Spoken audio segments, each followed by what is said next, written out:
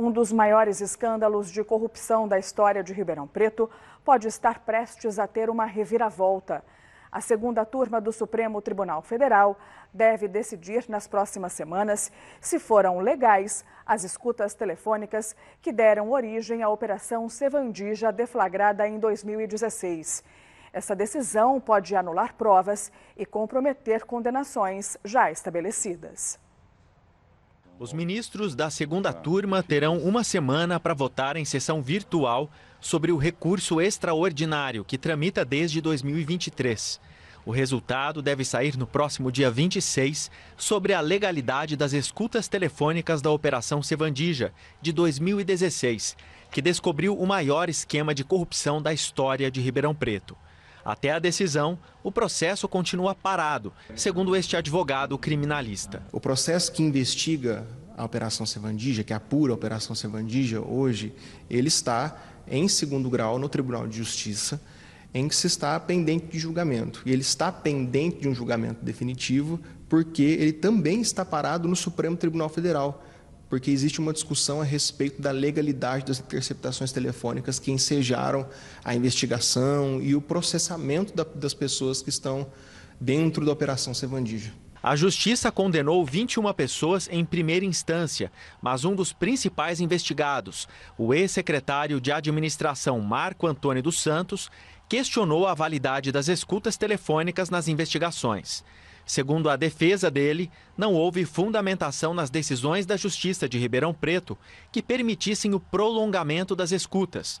O caso foi parar no STF. Se o Supremo Tribunal Federal entender que essas escutas telefônicas são legítimas, que elas foram realizadas em obediência aos termos da lei, o processo retorna ao seu estágio inicial, em um estágio em que ele se encontra hoje, na verdade, para que o processo siga o seu curso natural, com os recursos que são cabíveis, com os julgamentos que estão pendentes e com todas as questões que ainda precisam ser discutidas. As conversas gravadas entre os investigados, incluindo a ex-prefeita Darcy Vera, reforçaram outras provas, como movimentações bancárias, planilhas e anotações.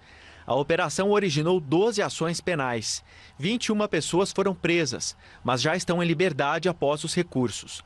Entre as práticas descobertas pela Polícia Federal e o Ministério Público estavam a troca de apoio político na Câmara por empregos a apadrinhados de vereadores em uma empresa terceirizada, fraude no pagamento de honorários advocatícios em uma causa movida pelo Sindicato dos Servidores Municipais e desvios em contratos e compras públicas. O rombo nos cofres do município foi estimado em 220 milhões de reais.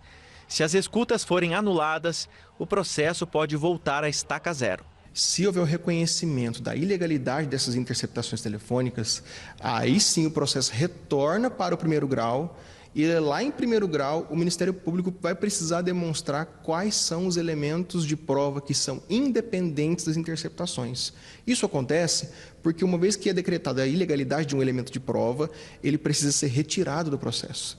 Sendo retirado do processo, é necessário que se demonstre que todo o processo, todo o procedimento que se seguiu a partir dali era independente dessas provas ilegais. Então é necessário uma outra discussão, primeiro ouvindo o Ministério Público e depois a defesa, a respeito desses elementos que são independentes das interceptações, para que se decida então se é possível haver um processo novo, um processo que ele dê continuidade, sem esses elementos das interceptações telefônicas, caso elas sejam determinadas como ilegais. E agora há pouco, o Supremo Tribunal Federal suspendeu esse julgamento.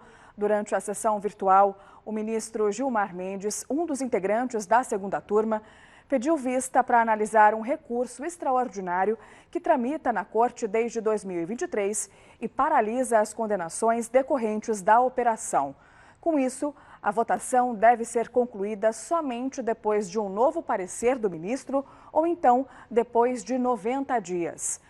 Antes de Gilmar Mendes, o relator do processo, o ministro Nunes Marques, deu voto favorável à validade das escutas. Esse caso ainda vai ser analisado pelos ministros Dias Toffoli, Edson Fachin e André Mendonça.